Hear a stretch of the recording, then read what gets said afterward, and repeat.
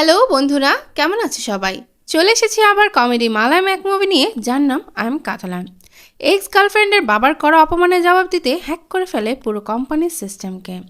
পুরো কোম্পানির IT team ও পুলিশকে নাজেহাল করে তোলে এই নন প্রফেশনাল হ্যাকার।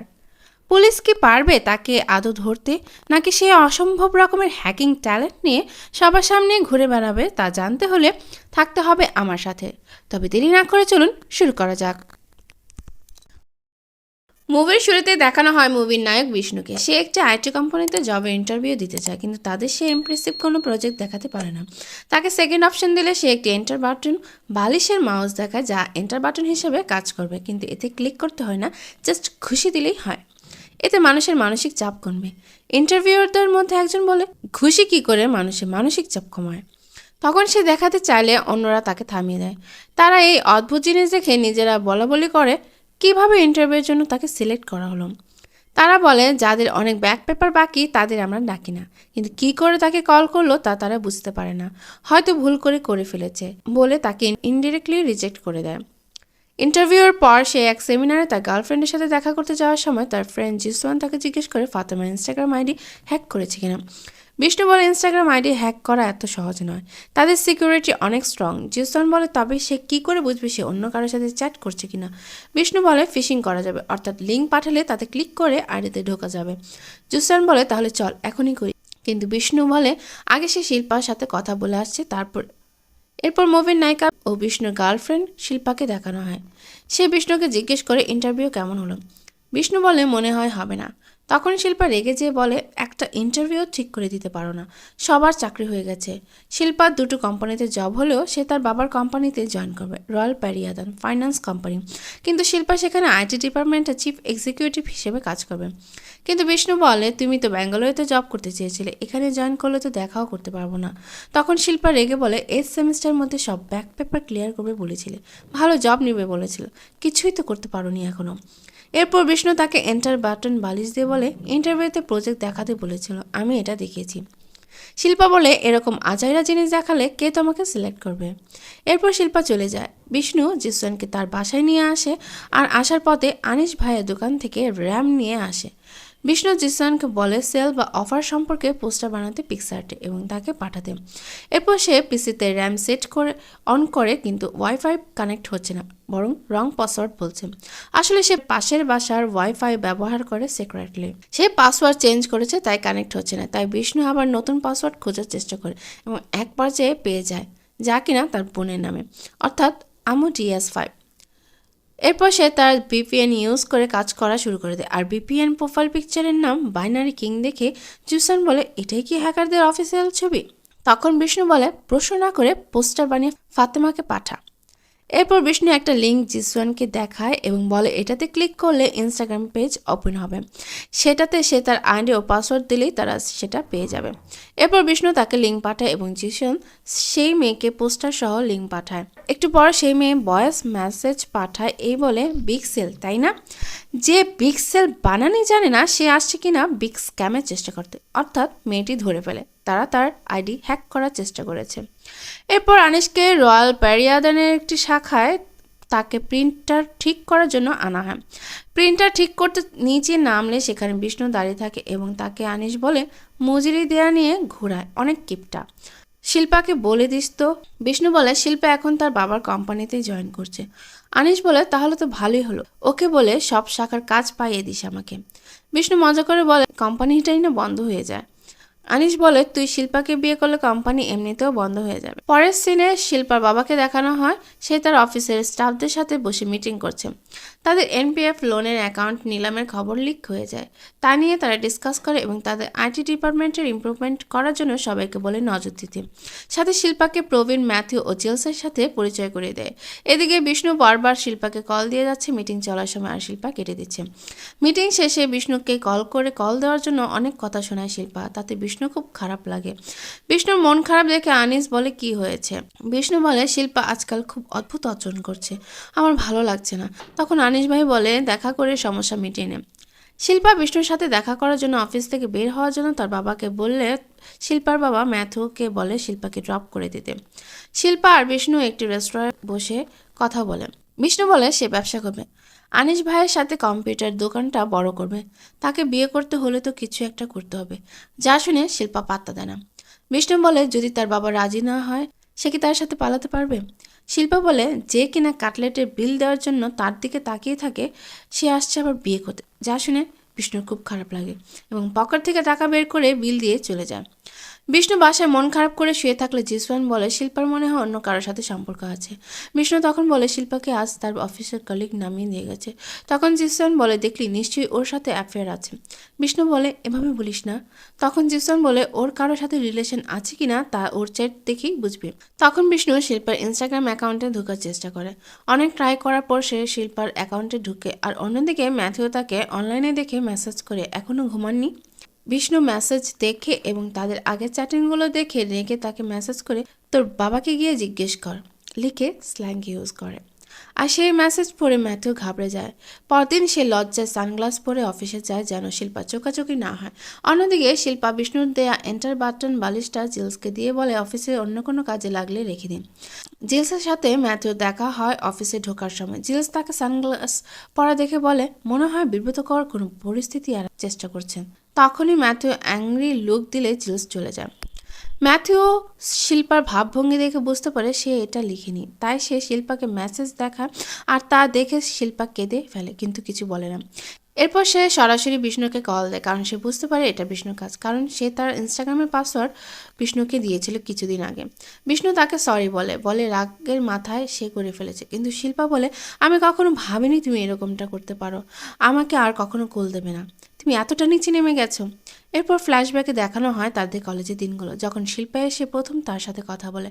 বিষ্ণু যখন কম্পিউটার ল্যাবে বসে গেম খেলছে তখন শিল্পা এসে তার সাথে কথা বলে মজা করে, যেগুলো মনে করে বিষ্ণু অনেক কষ্ট পেতে থাকে। তাই সে সরাসরি শিল্পার বাবার অফিসে চলে যায় তার সাথে কথা বলতে এবং তার থেকে ক্ষমা চাইতে। তাদের মধ্যে যে কথা হয় তা শিল্পার বাবা শুনে ফেলে এবং ভিতরে ঢুকে শিল্পাকে জিজ্ঞেস করে কি হয়েছে, তাদের মধ্যে কোনো সম্পর্ক আছে কিনা। শিল্পা ভয় পেয়ে যায় অনেক এবং এক পর্যায়ে বলে না। তাকে বাসায় যেতে বলে শিল্পার বাবা বিষ্ণুর সাথে কথা বলে তার সম্পর্কে জানতে চায় এবং এক পর্যায়ে বলে ধনীর মেয়েকে পটিয়ে বড়লোক হওয়ার স্বপ্ন দেখো তাই না, আর শিল্পাও চায় না তোমার সাথে সম্পর্ক রাখতে। তখন বিষ্ণু অনেক সাহস নিয়ে বলে আমি শিল্পাকে ভালোবাসি। শিল্পার রাগের মাথায় এসব কথা বলেছে, আপনার টাকা দেখে ওকে আমি ভালোবাসিনি, আপনি চান বা না চান শিল্পা চাইলে আমি ওকে বিয়ে করব। সাথে সাথে শিল্পার বাবা তার গালে থাপ্পড় মারে। সে অনেক ইনসাল্টেড হয়ে অফিস থেকে বেরিয়ে আসে এবং সে আনিস ভাইয়ের দোকানে গিয়ে সে বসে এবং বলে সে প্রতিশোধ নেবে এবং তাকে পাশে থাকার কথা বলে। সে শিল্পাকে ভুলতে পারবে কিন্তু আজকের এই ঘটনা সে কিছুতেই ভুলতে পারবে না। তখনই আনিসের মোবাইলে এক কল আসে রয়্যাল পারিয়াদানের একটি শাখায় সার্ভিসিংয়ের জন্য। আনিসের সাথে বিষ্ণু যেতে চাইলে তাকে সাথে করে নিয়ে যায়। আনিস পেনটা ঠিক করার সময় বিষ্ণু বলে তাদের পিসিগুলো সে চেক করতে চায়, একটা ব্যবস্থা করে দিতে। আনিস তার ব্যবস্থা করে দিলে তাদের সার্ভারের পাবলিক আইপি অ্যাড্রেস নোট করে নেয় বিষ্ণু, আর সে বাসায় গিয়ে তার ভিপিএনের নাম কাতালান সেট করে নেয়। তাদের সার্ভারে প্রবেশ করার জন্য যে পাসওয়ার্ড খুঁজে বের করার জন্য তার একটা ডাটাবেস ইউজ করে যেটা কিনা 15 মিলিয়ন পাসওয়ার্ড ধারণ করে। এর মধ্যে কোনোটা মিলে গেলে সে পাসওয়ার্ড পেয়ে যাবে এবং সে সেটা পেয়েও যায়। এরপর সে তাদের সার্ভারে প্রবেশ করে সে গ্রাহকদের তথ্য ও লেনদেনের বিবরণ সার্ভার থেকে ডিলিট করে দেয়।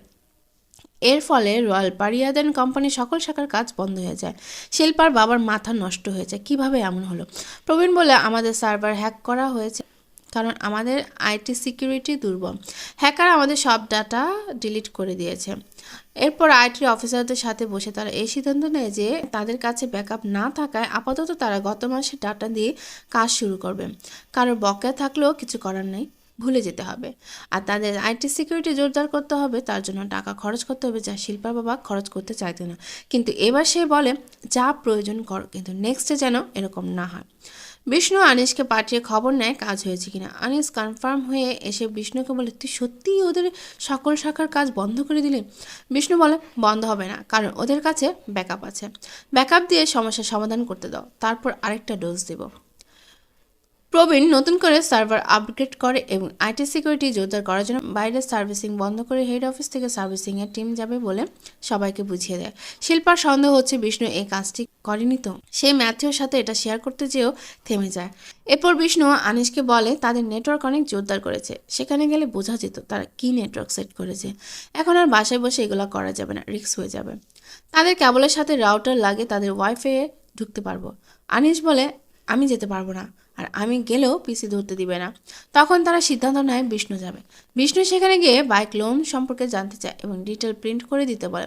সেই ফাঁকে সে কিছু কয়েন নিচে ফেলে তার রাউটার তাদের ক্যাবেলের সাথে কানেক্ট করে ফেলে। এরপর সে আনিসের ফ্রেন্ড উদয়নের অটোরিকশাতে বসে রয়্যাল কোম্পানি VPN ও ফায়ারওয়ালে সেট আপ করা তা বের করে ফেলে আর উদয়নকে পাঠায় রাউটার নিয়ে আসার জন্য, কিন্তু সেই রাউটার না এনে সুইচ বোর্ড নিয়ে আসে। তাই আনিস আবার ভেতরে যেয়ে ইন্টারনেট ঠিক করার নাম দিয়ে রাউটার নিয়ে আসে। বিষ্ণু তার বাসায় গিয়ে আবার পাসওয়ার্ড খোঁজার চেষ্টা করে, কিন্তু এবার পায় না VPN সেট করার জন্য। তারপর সে তাদের টিকিটিং সিস্টেমে ফাইল আপলোড করে তাদের সার্ভার পুনরায় হ্যাক করে ফেলে। এবার শিল্পার বাবা দারুণ চটে যায়। এত টাকা খরচ করেও হ্যাকিং এর হাত থেকে বাঁচানো গেল না। তখন প্রবীণ বলে হয়তো কেউ ইচ্ছা করে তাদের টার্গেট করছে, কোনো প্রফেশনাল হ্যাকার দিয়ে হ্যাক করেছে, তাই এত টাইট সিকিউরিটি সত্ত্বেও তারা হ্যাক করতে পেরেছে। শিল্পার বাবা বলে কে সেই হ্যাকার আমি জানতে চাই, যেভাবেই হোক। এরপর প্রবীণ সিমি নামের একজন ইথিক্যাল হ্যাকারকে পরিচয় করিয়ে দেয় শিল্পার বাবার সাথে। তাকে দায়িত্ব দেওয়া হয় হ্যাকারকে খুঁজে বের করা। সিমি বিষ্ণুর VPN নেম কাথালান জেনে যায় এবং তাকে মেসেজ পাঠায় আই ফাউন্ড ইউ কাথালান, যা দেখে ভয় পেয়ে পিসি অফ করে দেয় বিষ্ণু। সিমি তাদেরকে জানায় hacker south Indian, VPN name কাথালান। সে তাদের বিরক্ত করার জন্য এরকম করেছে, নইলে শুধু ডাটা ডিলিট করতো না, পুরো সিস্টেমকে ক্র্যাশ করে দিত। বিষ্ণু সারাদিন মনমরা হয়ে ঘুরে বেড়ায়, শিল্পাকে অনেক মিস করে। আর অন্যদিকে শিল্পা ম্যাথিউর সাথে রিলেশনে জড়িয়ে যায়। আর শিল্পার বাবা এসব হ্যাকিংয়ের টেনশনে প্রেশার বেড়ে মাথা ঘুরিয়ে পড়ে যায়। তাকে হসপিটালাইজড করা হয়। সেই হাসপাতালে শিল্পার স্যারের সাথে দেখা হয়, যিনি অসুস্থ। তাদের সবার কথা জানতে চায় কে কোথায় জব পেয়েছে। একসময় বিষ্ণুর কথা জানতে চাইলে শিল্পা বলে বিষ্ণু জব পায়নি। তখন সেই স্যার বলে কিভাবে হবে, সে তো ইন্টারভিউ কোম্পানির আইডি হ্যাক করে নিজেই নিজের অ্যাপ্লিকেশন অ্যাকসেপ্ট করে ইন্টারভিউ দিতে চায়।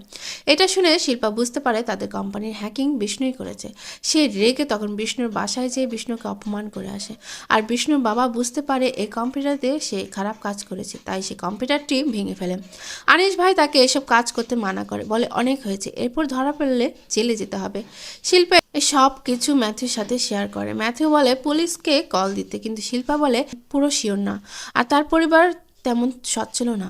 আমি চাই না তারা কোনো ঝামেলায় পড়ুক। ম্যাথিউ বলে এখনও কি তার প্রতি টান আছে, তবে সম্পর্ক ভেঙে দিলে কেন?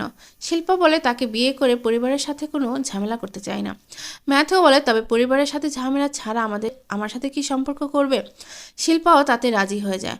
অন্যদিকে বিষ্ণুও আবার পড়াশোনা করে পরীক্ষা দেয় ব্যাকআপ ক্লিয়ার করার জন্য। শিল্পা আর ম্যাথিউ তাদের প্রি ওয়েডিংয়ে ফটোশ্যুট করে। এর মধ্যে ম্যাথিউর মোবাইলে কল আসে বিয়ের ভিডিও করার কোম্পানির নামে এবং লিঙ্ক পাঠায় তাদের কাজ দেখানোর জন্য, এবং ম্যাথিউ তাদের ইন্টারেস্টেড না বলে রিজেক্ট করে দেয়। সিমি বলে তারা নতুন টুল ইনস্টল করতে যাচ্ছে, যাতে করে তার লোকেশন ট্র্যাক করে যাবে যখন সে হ্যাকার সার্ভারে প্রবেশ করবে। তখন ম্যাথিউ বলে তাহলে তাকে ধরার জন্য তাকে হ্যাক করতে দিতে হবে, আর মনে মনে প্ল্যান করে। এরপর শিল্পা বিষ্ণুকে দেখে বলে সে বিয়ে করতে যাচ্ছে। তখনই ম্যাথিউ বলে তুমি সে যে আমাকে গালি দিয়েছিলে, তাই না? তোমার সাথে দেখা করার অনেক শখ ছিল, আবার কোম্পানি হ্যাকও তুমিই করেছো। তোমার এক্সকে আমি বের করছি, আরও অনেক কিছু বলে তাকে রাগিয়ে দেয়। এরপর শিল্পা আর ম্যাথুর বিয়ে হয়ে যায়। শিল্পাকে অন্যের হতে দেখে অনেক অনেক অনেক কষ্ট পায় বিষ্ণু। পূর্বের স্মৃতি মনে করে যখন সে শিল্পাকে প্রপোজ করে। বিয়ে শেষে বিষ্ণু বাসায় যাওয়ার পথে আনিস তাকে সান্ত্বনা দিয়ে বলে সব ঠিক হয়ে যাবে। যাই হোক, সব কিছু তো শেষ হলো। বিষ্ণু বলে কে বলেছে সব শেষ হয়েছে? আনিস বলে কি করেছিস তুই আবার? তখনই দেখানো হয় রয়্যাল কোম্পানির সার্ভারে আগুন ধরে গেছে। সবাইকে খবর দিয়ে আনা হলে শিল্পা জিজ্ঞেস করে কিভাবে আগুন লাগলো। প্রবীণ তখন বলে এটাকেও হ্যাকিং বলে।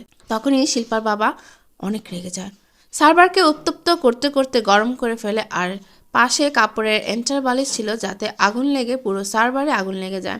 আর অন্যদিকে বিষ্ণু আর আনিসের বাইকের পিছনে পুলিশের গাড়ি ফলো করে। আনিস তাতে ভয় পেয়ে যায়। বিষ্ণু তাকে চুপ করে বসে থাকতে বলে, যদিও সেও ভয় পেয়ে বাইকের স্পিড বাড়িয়ে দেয়, কিন্তু পুলিশের গাড়ি তাদের ওভারটেক করে চলে যায়। অন্যদিকে পুলিশ কল করে শিল্পার বাবাকে বলে তারা হ্যাকারকে ধরতে পেরেছে, কিন্তু সেখানে যেয়ে দেখে ম্যাথিউ, অর্থাৎ বিষ্ণু ম্যাথিউর আইডি হ্যাক করে তার আইডি দিয়ে সার্ভারে আগুন লাগিয়ে দেয়। যখন ম্যাথিউকে বিয়ের ভিডিও করার জন্য কল করা হয়েছিল আর একটা লিঙ্ক পাঠানো হয়েছিল, তা বিষ্ণুই করেছিল। লিঙ্কে ক্লিক করায় তার আইডি হ্যাক করে ফেলে বিষ্ণু, আর সেই আইডি দিয়েই পুরো সিস্টেমকে হ্যাক করে নতুন করে। এরপর সিমি ব্যাঙ্গালোরে জব নেয়, কিন্তু সে এখনও তাকে ধরার আশা ছাড়েনি। সে যে কারণেই হ্যাক করে থাকুক সে অপরাধী। অন্যদিকে বিষ্ণু ব্যাকআপ ক্লিয়ার করে এক্সামে পাশ করে, তাই তার বাবা তাকে নতুন কম্পিউটার কিনে দেয় আর বলে এটাকে ভালো কাজে ব্যবহার করিস। সিমি যে কোম্পানিতে জব করে সেখানেই ইন্টারভিউয়ের জন্য যায় বিষ্ণু, আর এখানেই মুভিটি শেষ হয়। তো বন্ধুরা, মুভিটি কেমন লাগলো তা আমাকে কমেন্ট বক্সে লিখে জানাবে। আর মুভিটি ভালো লাগলে একটা লাইক আর সাবস্ক্রাইব করে আমার পাশে থাকবে। ধন্যবাদ।